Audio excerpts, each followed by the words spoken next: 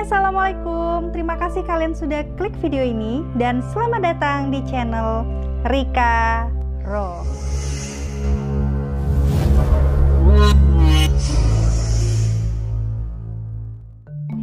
Apa kabar teman-teman? Semoga semua selalu sehat dan selalu dalam lindungan Allah ya.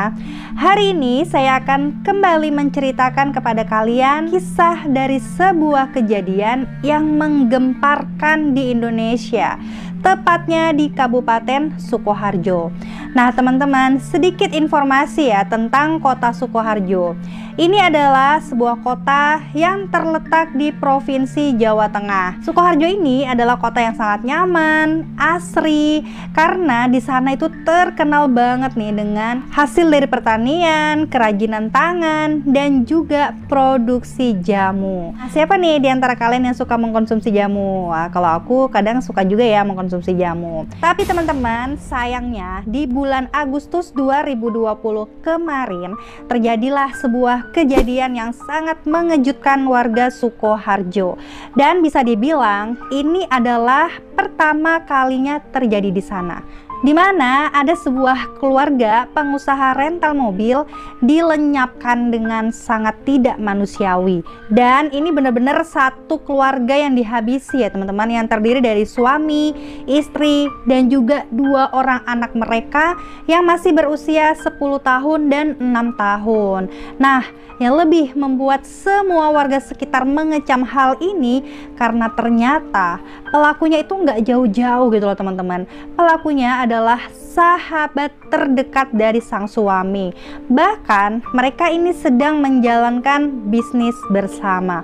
Waduh, kira-kira gimana ya teman-teman cerita lengkapnya? Yuk langsung aja kita bahas. Keluarga ini terdiri dari sang ayah yang bernama Suranto, berusia 43 tahun. Dia adalah seorang ex-driver taksi online.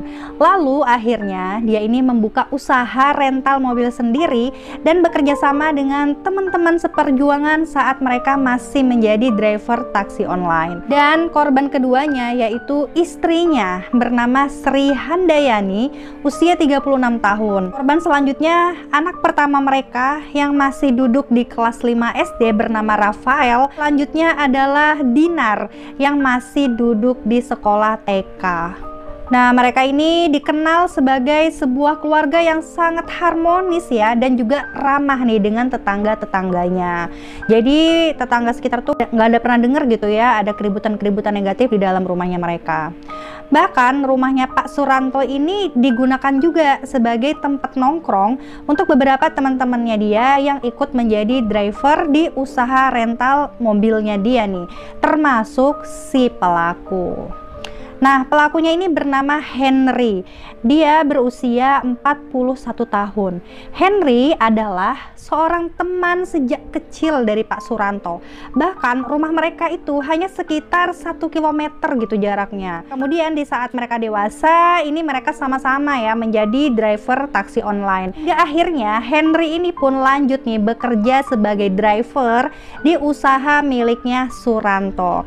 Dan teman-temannya tuh cerita bahwa mereka ini kaget banget ya mendengar hal ini, lantaran mereka tuh nggak pernah mendengar atau nggak pernah sama sekali tahu adanya pertikaian antara Henry dan Suranto. Dan Henry ini juga dikenal sebagai orang yang ya biasa aja gitu. Dia nggak pernah sok jagoan, omongannya juga bagus-bagus aja. Terus kalau misalnya ada yang lelucon gitu ya dia ketawa aja, nggak kayak psikopat yang pendiam gitu kan.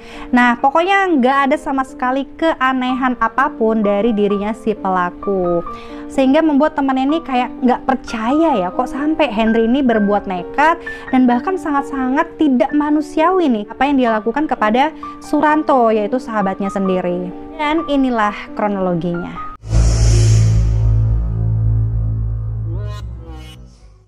Hari itu Henry ini sangat kebingungan ya. Dia ternyata memiliki hutang pada seorang rentenir. Nah, hutangnya ini makin lama makin banyak nih teman-teman. Karena bunganya yang dikasih sama rentenir itu kan sangat besar ya. Alhasil yang awalnya hutangnya itu hanya sekitar 20 jutaan, ini terus bertambah dan bertambah hingga totalnya menjadi 60 juta. Nah, dia ini benar-benar bingung banget harus bagaimana nih untuk membayar, karena ya udah sangat menumpuk banget gitu ya teman-teman, harus membayar 60 juta. Sedangkan jatuh temponya itu sebentar lagi. Nah, tiba-tiba saat dia bingung dan galau itu, dapatlah dia telepon dari Suranto. Suranto ini mengabarkan bahwa ada mobil yang akan disewa tapi membutuhkan supir. Nah, akhirnya Henry lah yang mengambil pekerjaan di situ.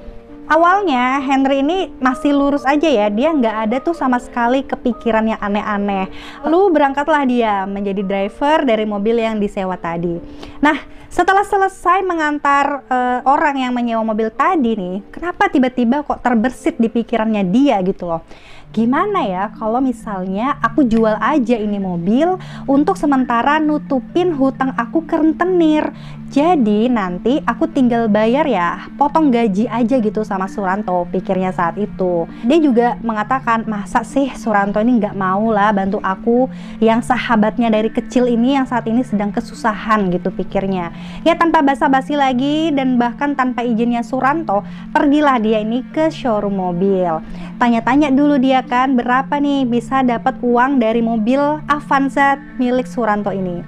Berapa bang ini mobil aku jual, tanyanya. Milik showroomnya berkata, kalau dilihat-lihat fisiknya ya, ini mobil sih mobil rentalan ya. Iya bang, mobil rentalan ini, berapa aja lah, yang penting jadi duit, katanya Henry. Pemilik showroom pun ngomong, 80 juta deh kalau mau. Langsung Henry bilang, aduh tambah-tambah dikit lah bang, masa cuma 80? Ya nggak bisa lah kalau tambah-tambah, musim sepi nih, nggak ada orang beli mobil. Kalau mau ya udahlah deal, aku tambah 2 juta, jadi totalnya 82 juta kalau mau, kalau nggak mau ya sudah. Nah mendengar itu Henry ini langsung, oke lah bang nggak apa-apa 82 juta, tapi bentaran dulu, aku ambil BPKB-nya, besok aku kesini lagi ya katanya. Nah pas malam harinya di hari Rabu 19 Agustus 2020, Henry ini datang nih ke rumahnya Suranto. Ya seharusnya dia ini menyerahkan uang sewa mobil dan juga mengembalikan mobil Avanza yang disewa tadi kan. Namun pas saat datang itu nih, dia ini nggak langsung nyerahin uangnya gitu loh. Dia ngobrol-ngobrol kayak mengulur-ngulur waktu. Lalu saat istrinya Suranto ini masuk ke dalam kamar, pergilah Henry ini tadi ke dapur. Saat di dapur itu dia mengambil pisau dapur dan kemudian dia simpen nih di pinggangnya. Lalu dia kembali lagi duduk di ruang tamu. Kembali lagi dia ngobrol-ngobrol sampai antara 15 sampai 20 menitan gitu kan. Henry ini masih ngalor ngidul gitu, nggak langsung nyerahin uangnya. Lalu kemudian 20 menit berselang dia langsung kasih uang sewa mobil ke istrinya Suranto. Dihitunglah uangnya ini sama Ibu Sri. Nah saat Ibu Sri ini menghitung uang itu, Henry langsung nih teman-teman menancapkan pisaunya itu tadi berkali-kali ke tubuhnya Ibu Sri sampai darah itu mengalir di lantai nih teman-teman. Setelah Ibu Sri ini terjatuh, dia langsung pergi ke kamar dan dia melakukan hal yang serupa kepada Suranto. Begitupun juga nih teman-teman kepada anak-anaknya Suranto yang masih kecil-kecil itu. Jadi anak-anaknya ini sempat bangun dan dia melihat nih orang tuanya diperlakukan seperti itu sama Henry.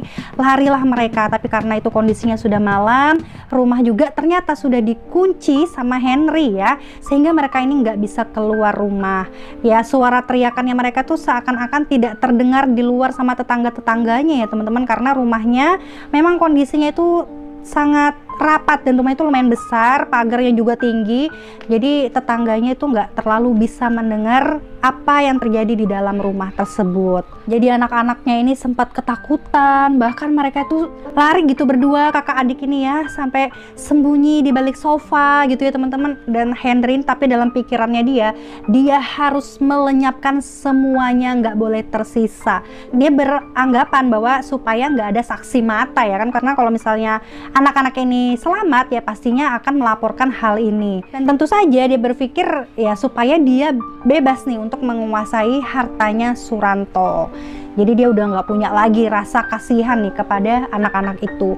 Dia pun langsung juga melakukan hal yang sama kepada keduanya, ditancapkan berkali-kali sampai anak-anak tersebut tidak bergerak lagi. Nah teman-teman, setelah dia melihat semuanya ini sudah terkapar di lantai gitu ya, dengan santai dia ini ambil air minum, dia cuci pisaunya, lalu kemudian dia mandi juga di rumah itu. Dan setelah dia bersih, dia ambil nih kunci motor, tapi yaitu pisaunya ini dia bawa teman-teman, karena dia takut ya untuk menjadi barang bukti gitu pada saat itu. Sudah, setelah dia dapat kunci motornya, pergilah dia bawa motornya. Nah setelah dia pergi bawa motor, kembali lagi dia naik ojek online gitu ya, dia ambil mobilnya. Nah setelah itu teman-teman, keesokan harinya dijual lah mobilnya tersebut ke showroom yang sudah dia tanyakan kemarin. Dapatlah dia uang sebesar 82 juta kan.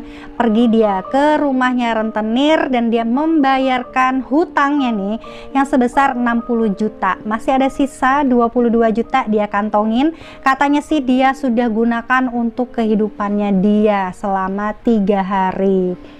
Dan teman-teman, 3 hari dari situlah baru ada nih tetangganya yang tersadar, kok beberapa hari ini keluarganya Pak Suranto ini nggak kelihatan gitu ya.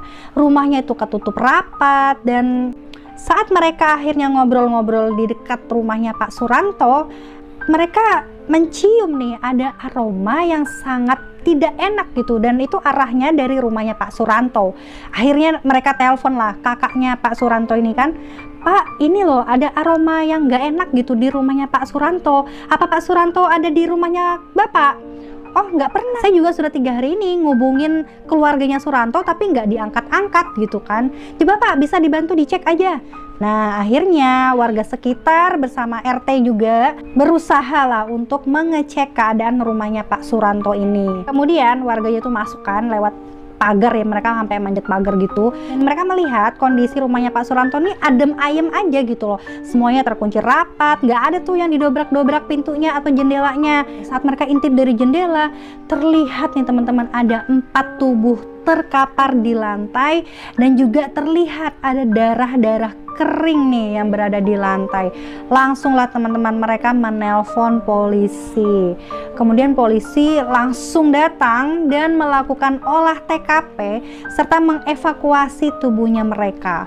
Nah setelah dilakukan olah TKP, polisi juga menginterogasi 6 saksi ya, diantaranya ya para teman-temannya Pak Suranto ini yang juga bekerja sebagai driver. Dan akhirnya ada hal-hal ganjil nih yang dirasakan sama polisi, hingga akhirnya polisi ini menduga kuat bahwa pelakunya ini adalah Henry. Dan inilah beberapa spekulasinya.